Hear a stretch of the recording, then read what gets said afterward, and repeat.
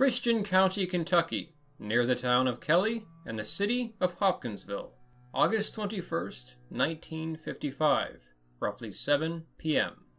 A group of 11 people are preparing for a relaxing dinner at the house of Glennie Langford, including Miss Langford herself, aged 50, 8 other adults including her children, their spouses, their children, and a family friend named Billy Ray Taylor and his wife. Unbeknownst to them, they were about to become the subjects of one of the strangest purported encounters with extraterrestrials ever recorded. Ladies and gentlemen, hello and welcome to Lucinox. I'm Justin, this is Campfire. Join us as we discuss the Kelly-Hopkinsville encounter. As the group prepared for dinner, 21-year-old Billy Ray Taylor went out to fetch water from the well. As he did so, he claimed to have seen something quite startling emerge in the evening summer sky. What he believed to be a flying saucer came silently crossing the sky from the southwest with, as he said, an exhaust all the colors of the rainbow. He also said it looked like, quote, an egg-shaped washtub, all lit up like a streak of fire, end quote. After a moment, it suddenly stopped and then slowly descended to land behind a forested 40-foot gully off in the distance. Stories of ships from space and the extraterrestrials said to man them were rather common in the 1950s. Indeed, as mentioned, Mr. Taylor had immediately begun to suspect that that was precisely what he was witnessing. He went back inside at once to inform the others. However, he found the others laughed at his story and dismissed it. However, about 45 minutes later, as the evening sky turned to twilight, the family heard the dog outside begin to bark violently. Billy Ray Taylor and 25-year-old Elmer Lucky Sutton, who was Miss Langford's son from her first marriage, went out to the back porch to investigate. This is where the story begins to differ a bit depending on where you obtain your information. There seems to be multiple reasons for this. Firstly, there were small variations between the witnesses and how the story was told, especially, it seems, with the children who tell it decades after. Secondly, investigators later interviewed non-witness neighbors who gave inaccurate information. Thirdly, naturally, once they obtained the story, newspapers, pseudo-researchers, and the general public fictionalized and contorted the story to what are, frankly, ridiculous proportions. The story which I will now tell is the one which comes from the most serious investigators, such as Isabel Davis and Ted Bloecher of the Center for UFO Studies, Andrew Budd Letwig, Brian Dunning, and Joe Nickel. It derives from the accounts of the witnesses themselves. The first thing Billy Ray and Lucky claimed to have observed when they went to the back porch to investigate was the dog taking off in fear and scrambling to hide underneath the house. Then, in the distance, in the direction in which the flying saucer was said to have landed, they saw a mysterious moving glow among the trees, approaching the house. As it moved closer, they were able to make it out to be a glowing humanoid figure. There was mild variation in the description of this figure given by the witnesses. However, overall, the creature they would describe was said to be anywhere from 2.5 to no more than 4 feet tall, with a large, bald, round head. It had no neck, large, glowing, yellow eyes which weren't quite to the sides of the head but were further apart than a human's, disproportionately long arms that nearly reached the ground, with large hands and talon-like claws, and what looked like large, floppy ears on its head. Billy Ray said the nose was described as, quote, cone-like, tapering to a point with a ball on the end of it, end quote, and claimed it had antennae, though he later retracted his claims about the nose. Likewise, a few of the women present claimed that there was no nose and did not see antennae, though they added that the eyes were so distracting that they may have missed them.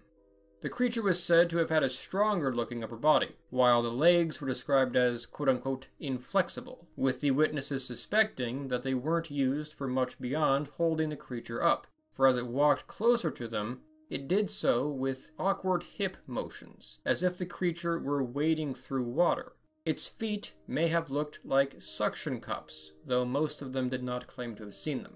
It may have been either made of metal or wearing a kind of silver suit, but either way, it shone in the moonlight. Miss Langford later described it as, quote, a 5-gallon gasoline can with a head on top and small legs. It was a shimmering bright metal, like on my refrigerator, end quote. She later said that this picture was so remarkably similar to what she saw that she didn't even want to look at it.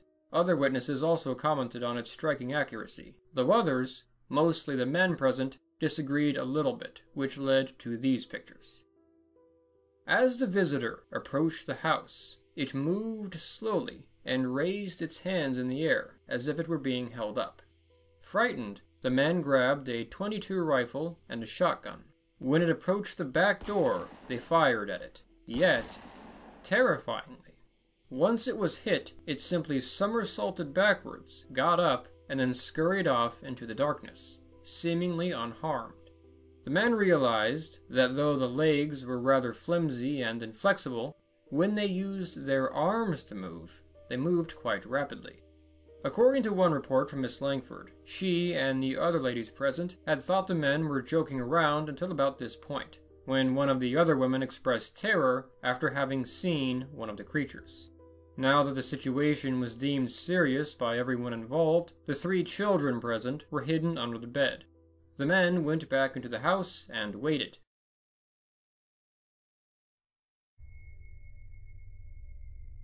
A moment later, the face of either the same creature or another appeared on the other side of the house in the living room window. The men shot at it through the screen. Again, it was knocked back, got up, and disappeared. At this point, Billy Ray went out to investigate. However, as he stepped outside, a hand reached out from atop the roof and grabbed him by the hair.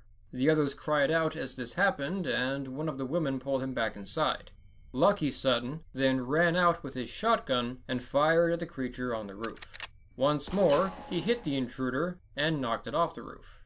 The men said it sounded like they were hitting tin cans or metal buckets when the creatures were struck.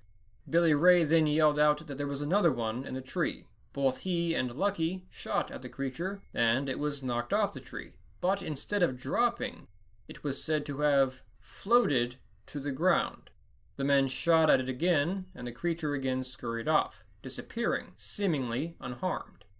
At about the same time, one of the creatures, possibly the one that had been knocked off the roof, came around the corner of the house, getting almost right in front of Lucky, holding its hands high in the same gesture that was observed in the beginning, which, notably, Miss Langford later claimed was possibly an attempt at communication. Lucky shot at it, and again, according to him, he hit the creature, and again, it rolled back and scurried off, seemingly unharmed. As mentioned, it was said that their skin, or suit, or whatever constituted their exterior, glowed.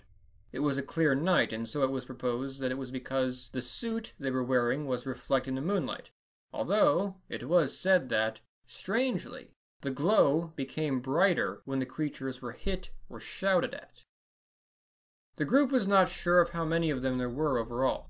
The newspapers popularized the figure of 12 to 15, but from the original reports, it seems more like there were only a few of them, and that they were simply capable of maneuvering around the house at great speeds. Indeed, it seems that there were about 2, but no more than 1 was seen at a time. The men began to realize at this point that it was ineffective to pursue them with their current strategy, and so they returned inside. Later, at an unknown point, the porch lights on the front of the house and the back of the house were turned on. The family noticed that the creatures would avoid the light and try to approach the house from darker areas. It wasn't clear why, though Isabel Davis has stated that given the reported behavior, she suspects this had to do more with a dislike of light than an attempt at concealment. The bug-eyed creatures continued to make brief appearances in front of the windows, retreat as the men would shoot them, and then, shortly after, begin peering in again, almost like some sort of funhouse. Yet, despite their persistence, they never tried to enter the house.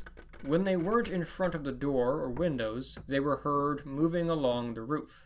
At no point throughout the night did the creatures vocalize or make any sound apart from the natural sound of the interactions with their surroundings.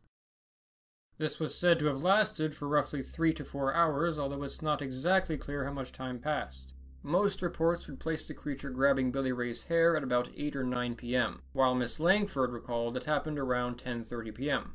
It's also not clear how many shots were fired, but by the end of it, it was claimed that the brothers had gone through entire boxes of ammunition. By about 11 p.m., the group realized they were getting nowhere, and Miss Langford, who had remained the calmest and most level-headed throughout the incident, suggested that, as these creatures had not clearly tried to harm anyone, they should attempt to leave and gather the police. Everyone present gathered into their cars, left the house, and made for the police station, reaching it a bit after 11 p.m. Upon arriving, they hurried frantically out of their cars and excitedly recounted their stories. The police likely weren't sure what to think, but the group, who didn't seem the type to make up stories or play games, appeared genuinely terrified. Indeed, one of the men present at the station who had had medical training attested to objective signs of fear. Billy Ray Taylor, for example, had a measured pulse of 140, about twice normal. Regardless of what they thought, a report of multiple individuals swarming and harassing a house, withstanding gunfire for hours, was certainly concerning. Thus, it prompted a strong response. 16 police officers from the surrounding area, including 4 military policemen, immediately gathered at the house to investigate. Furthermore, despite how late it was, they were joined by a reporter, a skeptical photographer and his wife, and 2 curious members of the public. Fascinatingly, one of the officers mentioned that he had seen 2 meteors passing overhead while he was on his way to the farm. He added that they were loud, comparing them to artillery fire, and said that they traveled away from the direction of the farm. The police searched the area until about 2 a.m. The atmosphere was quite tense. At one point, an officer accidentally stepped on a cat's tail. It yowled in anger, and in the words of Chief Russell Greenwell, the head of Hopkinsville Police, quote, "You never saw so many pistols unholstered in your life," end quote.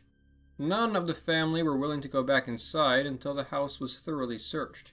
Off in the fields, where it was reported that one of the creatures had been shot, several officers reported seeing a quote-unquote luminous patch, about 1¼ feet in diameter, on the grass. When examined more closely, it did not differ remarkably from the surrounding grass, however, and only appeared more luminous at a specific angle. One officer also claimed to have seen a green glow of some sort in the woods. The police found very obvious signs that the men had been shooting. There were shotgun shells in the yard and the window frame was damaged. However, besides these things, overall, the police did not find the intruders nor any clear sign of their presence. It isn't clear if the purported landing site was investigated that night. Miss Langford said everyone was too frightened. If they did, they found nothing worth mentioning.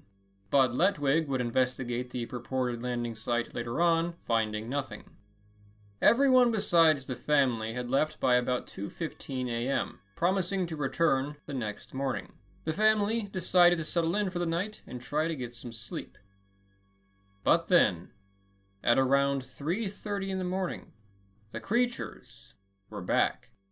According to Miss Langford, she awoke to see a figure staring silently at her with its big glowing eyes through her window, with its claws up against it. She said she first looked away and back again to ensure she wasn't dreaming, but, indeed, it was there.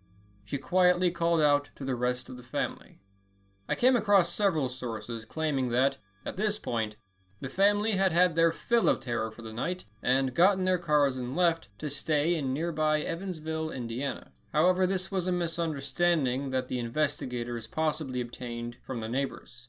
A few of the men did go to Evansville, and Billy Ray also went out, but this wasn't until the following morning, and it was for unrelated reasons. Billy Ray went out hunting animals, for example. Normal animals. Instead, it seems that when he heard it was back, Lucky Sutton declared, quote, "Mama, I'm going to shoot that little man," end quote. Miss Langford tried to get him to stop, but he went ahead with his intentions, with the same results as before. the creatures were not harmed by the shots, disappeared, and kept coming back. The last creature was seen at either 4:45 or 5:15 in the morning. The next morning, officers returned to the house to investigate further. One even climbed on the roof to look for something like footprints, but again, no one found any evidence of their presence, apart from the witnesses' stories. Still, stories though they were, the police found they remained consistent. Reporters quickly got a hold of the story, and it soon began to spread throughout the country. As I've pointed out a few times, the story was mishandled and fictionalized when people got a hold of it, both intentionally and unintentionally. As another example, the Evansville Courier referred to the intruders as, quote-unquote, little green men. In fact, this incident actually helped to popularize the term little green men. However, the creatures were not described as green by any of the witnesses, and rather seem to have been covered in a metallic silver. The description of green actually seems to stem from a separate Kentucky encounter which caused the mix-up. As the story spread, the public began to show up to the house in the thousands to investigate the property and surrounding area. A quote-unquote carnival atmosphere arose there, and the public treated the distressing incident as a bit of a joke. As the days passed, the family grew frustrated by the attention they were receiving, and became reluctant to even comment on the matter or work with the public or reporters. Some showed genuine interest, but the family was often mocked, ridiculed, and disrespected. Some of the visitors gathered for picnics on their land. Others walked straight into the house uninvited to look around. The family, especially Lucky Sutton, tried to shoo the public off. When visitors weren't deterred, even by no trespassing signs and police intervention, the family decided to begin to charge admission prices, which, naturally, led to them being accused of faking the incident for money. Eventually, though, the excitement died down. As for the creatures, they were never seen again. So, what happened? Ladies and gentlemen, this is considered one of the most bizarre encounters with purported ET ever recorded for a reason. The biggest problem with this story is that there is basically no physical evidence of the ship or the presence of the creatures. There were vague things that do stand out, like the glow on the grass, but this could easily be explained by other things, which we'll get to. There was clear evidence of shooting in the area, but nothing to determine precisely what was being shot at. Notably, one neighbor claimed to have seen lights in the area around 7:45 p.m., but he assumed it was flashlights and he did not investigate further. And that's about all there is that hasn't been already mentioned as far as witnesses outside of the main group goes. Some researchers have pointed out that the investigation was not undertaken as professionally as it could have been. One example for this is that there was no real attempt to preserve the footprints they were looking for. Thus, there could have been evidence that was missed or destroyed in the investigation itself. This is important to point out, but there's not much we can do about it 70 years later, so we have to work with what we've got. Ergo, essentially everything depends on what the witnesses claimed they saw. Thus, it's worth taking a look at who these people were, their background, character, possible motives for creating a hoax, that kind of thing. The Sutton and Langford family were working-class Kentucky country folk, except for Billy Ray Taylor and his wife, who were from Pennsylvania. Interestingly, this point about them is brought up by everyone, although with two opposite intentions. One is to imply that the people in question were hillbillies, the type to spin wild stories about natural phenomena that they don't understand. The other is to imply that they were an honest and down-to-earth bunch, who wouldn't concoct a whole story about space aliens, even in the unlikely event that they were trying to swindle the public. Looking not at these assumptions, but at the family themselves, everything I've read suggests that they better fit the latter category. Accordingly, I myself do not think it was a hoax or a joke or anything of that sort. I think the family was honest about what they saw and believed. Indeed, everyone who encountered them felt that their emotions and behavior seemed genuine, and multiple people noted that all of them, even the children, kept their stories straight and consistent with each other. To quote researcher Bud Letwig, "These 7 people, the 3 women, excluding June Taylor, the 3 men, and even Taylor, at first, had told me almost parallel stories, and had given me almost identical pictures. It would be impossible for so many people to supply accounts and pictures that tallied so closely unless they first talked together and decided what each feature looked like. But 3 of the men had left very early that morning for Evansville, and had not been home throughout the day. These were not interviews where one person would look at another and say, 'Is that what you thought it looked like?' No. All 7 were sure of what they had seen, and no one would retract a statement, except for Taylor and the nose episode, even under close cross-examination." End quote. The argument against the hoax is reinforced by the fact that they did not really have a clear motive to construct one. They reported the incident, and were overall annoyed by the attention they received. They did try to make some money from the intruding crowds of people by charging them admission, but this was only after a few days of asking the police to remove the crowds. It strongly seems more like a way of trying to benefit from an irritating and uncontrollable situation, rather than something they planned all along. One thing that made skeptics question whether it was a hoax, however, is that Billy Ray and Lucky apparently worked for a traveling circus, and so it's feasible that, with their knowledge of how to put on a show, they went for it. It is worth noting, but again, to what end? Furthermore, it was pointed out by his younger sibling much later, who was a child at the time, that Lucky had a reputation for telling tall tales. But Lucky was one of 10 people who claimed to see the creatures, and he was not even the instigator. Billy Ray first saw the craft. It's certainly possible that a few young men would joke around and tell a tall tale like this, but the whole family, including the seemingly down-to-earth Miss Langford? Furthermore, Lucky, a hot-tempered young man, also seems to have been the most annoyed by the crowds out of everyone. It is possible they did it for fame alone, which would have worked because, well, here we are, but again, the immediate fame annoyed them, and they were reluctant to discuss the incident for the rest of their lives. I do strongly suspect, though one can never be sure, that they're telling the truth about what they saw. Although, this does not necessarily mean that their interpretation of what they saw is true. Given that it was a large gathering, some skeptics, like Joe Nickel, suspect that alcohol may have played a role in all of this. However, some of the officers attested that after searching specifically for alcohol, they did not think any was involved, and indeed, Miss Langford stated that liquor was not allowed at her house. So let's start with the beginning of the story. What did Billy Ray see in the sky? An egg-shaped or washtub-shaped flying saucer, which lit up, as he said, like a streak of fire with an exhaust every color of the rainbow. Could this have been anything else, such as a meteor? It seems very possible.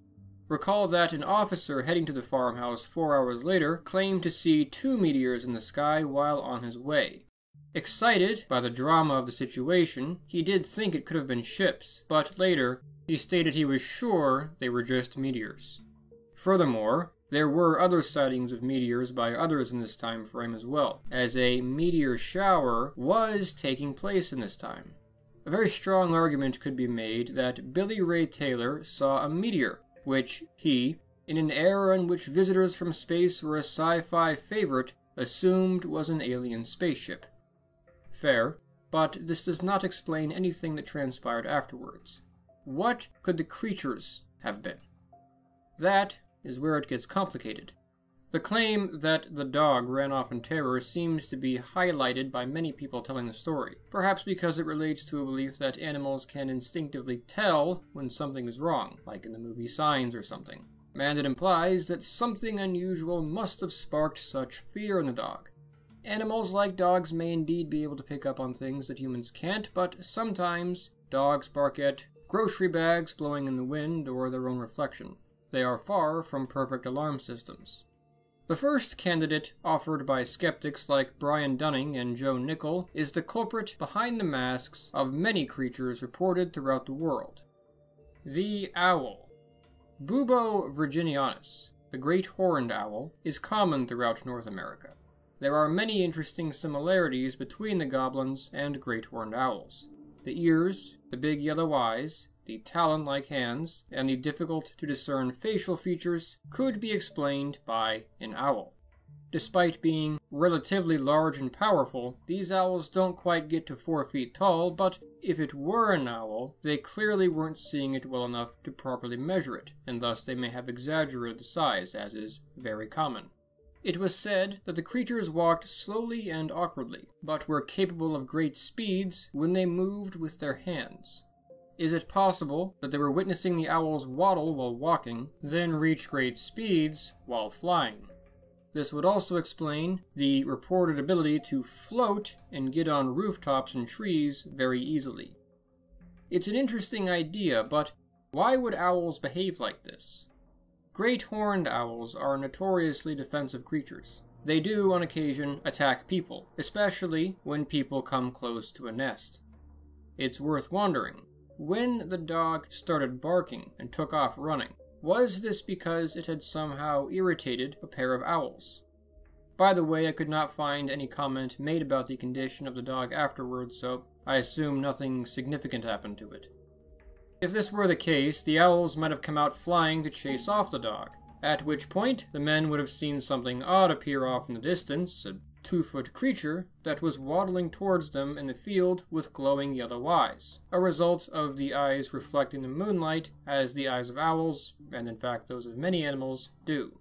The fact that there seem to have been perhaps 2 invaders is consistent with the fact that great horned owls mate for life. The raising of the hands that was reported may have been the owl opening its wings to try to make itself seem bigger, or just an illusion. It may have been a particularly persistent pair, hanging around the house all night to ensure the danger was controlled. With Billy Ray's exciting misidentification of a meteor in the back of their minds, they perhaps immediately went to extraterrestrials when something unusual started happening, causing them to mistake normal animals in poor lighting for alien invaders. I can't help but think of a cousin of these goblins, the Flatwoods Monster, whose story unfolded only a few years before this, which we covered over on Fire of Learning. It began in much the same way. A meteor flies to the sky. The kids who see it obviously think it's a UFO because of how popular the subject of ETs was at the time. They go off looking for it, and they find an alien, which was really probably just an owl. But in the excitement caused by the meteor, their imaginations ran wild, and a normal creature which they observed for just a few seconds in poor lighting became a giant, freaky space invader. Coincidentally, Isabel Davis also compared it to the Flatwoods Monster. She also reveals that Billy Ray Tail had heard about that incident and was very interested in it. However, as she points out, this incident was quite different from Flatwoods in a number of very important ways, and the similarities with good old Braxy stop there. There are many problems with the owl hypothesis. Firstly, owls certainly do not glow in the moonlight. They are stealthy and blend in remarkably well with their environment.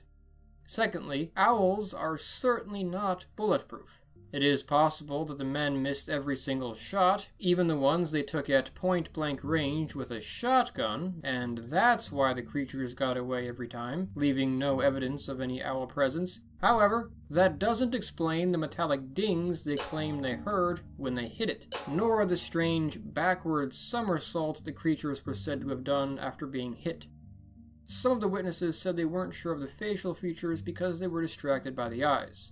It's possible that this hauntingly distracting feature, combined with the terror they were feeling, prevented them from properly identifying the creatures as owls. However, 10 out of the 11 individuals present saw the creatures. The one who did not was not watching the incident unfold.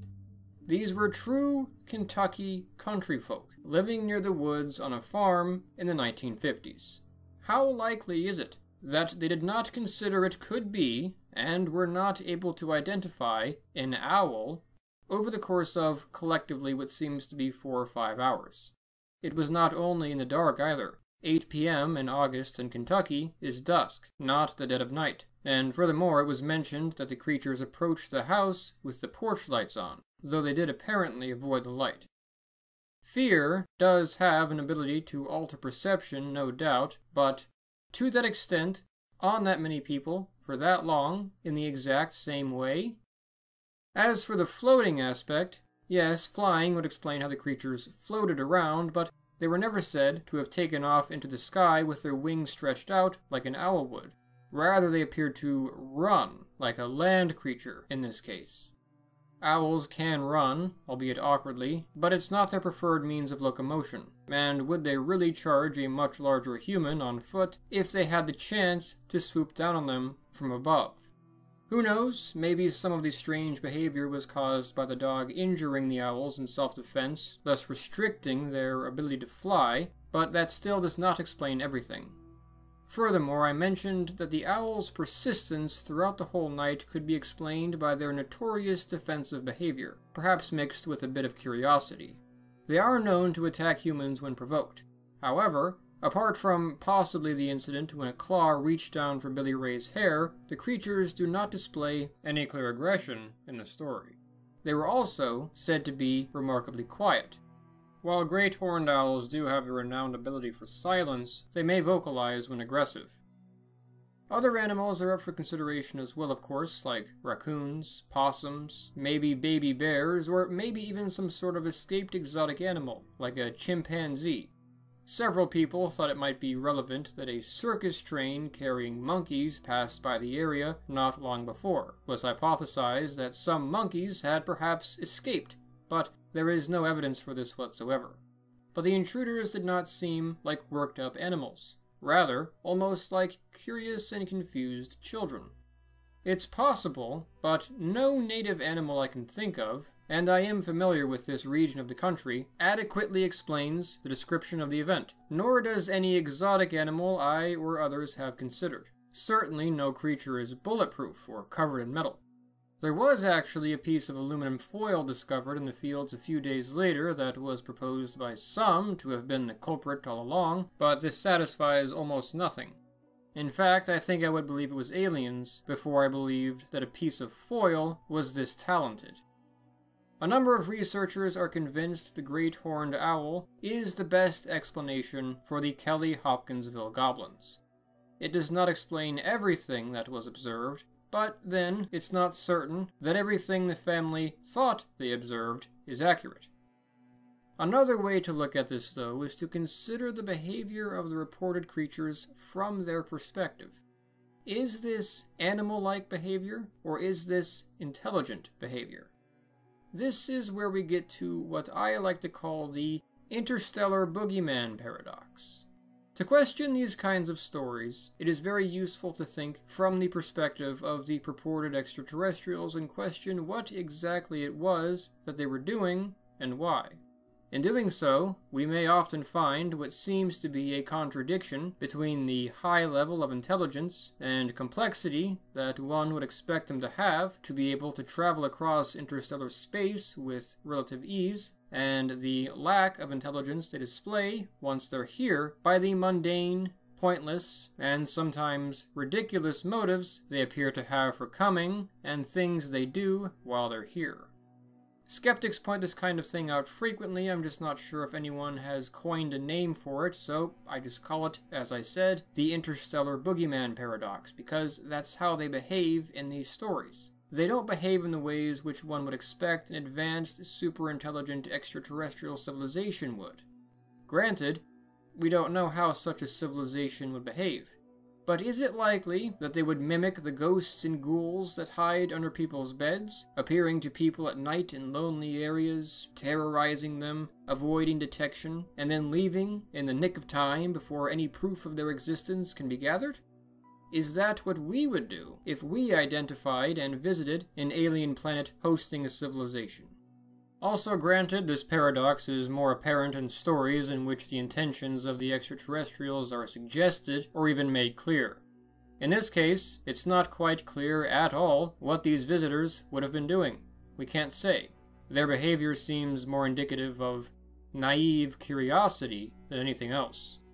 Maybe they were adolescents who stole the keys to Dad's ship and landed somewhere where they didn't think they'd be caught fooling around, who could say? But why did they disappear totally when the police showed up?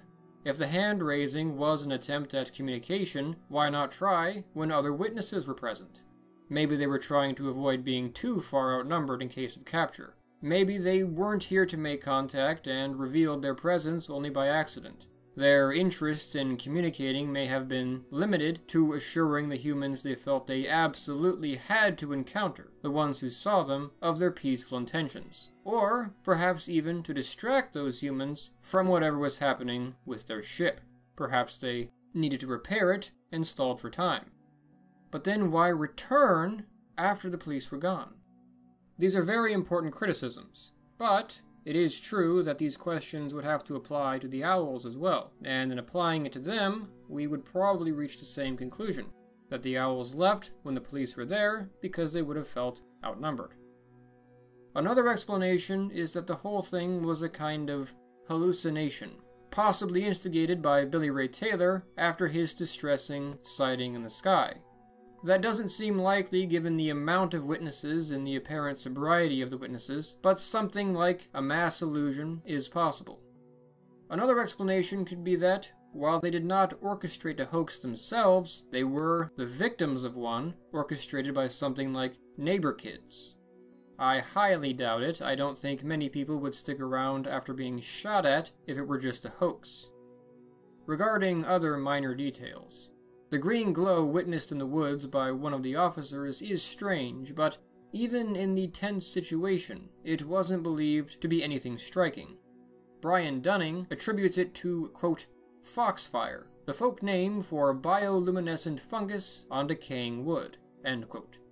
As for the luminescent patch of grass, it is hard to explain, but it could have simply been an odd effect of the moonlight. The incident was listed in the Project Blue Book documents. Project Blue Book was the code name for the Air Force's study of UFO reports from 1952 to 1969. The files were released to the public in 1975. However, the files on the Kelly-Hopkinsville encounter basically simply state that no government investigation took place and that it was a hoax. However, the Evansville Press, Chief Greenwell, and investigator Andrew Letwig commented on a Major Albert Corrin and possibly others from the government being at the scene. These were likely unofficial visits, but then some suspect government aircraft may have also been witnessed going overhead. The idea that this farm in the Kentucky countryside was haunted by extraterrestrials with no discernible motive throughout almost the entire night, with a brief interlude during the period in which professional investigation took place, is a little hard to believe. However, at the same time, I have not yet seen an explanation offered by a skeptic which satisfies several key elements of the story. However, there is no objective evidence that these unexplainable elements of the story are true. Even if these people were honest, well-meaning folks with no reason to exaggerate or fake anything like this, and I suspect they were, that doesn't mean that what they thought happened is what happened. However, 11 people were present, 10 of them witnessed very similar things. That is quite a large group of people. Although, while that is a significant number of witnesses, they were all family and friends, so it's not as impactful of a fact as it would be if they were strangers. It's for these reasons that this incident stands out. Ultimately, the bottom line is, we do not know what happened at the house of Miss Glennie Langford on that warm summer night in 1955, and we may never know. I hope you enjoyed this video. If so, I invite you to come check out the rest of Lucinox and to subscribe to see more videos like this in the future. You might be interested in checking out my other channel, Fire of Learning, where I share this campfire series, doing videos on things like cryptids, myths, legends, and other very similar things. Thank you for watching, and I hope to see you next time around the campfire.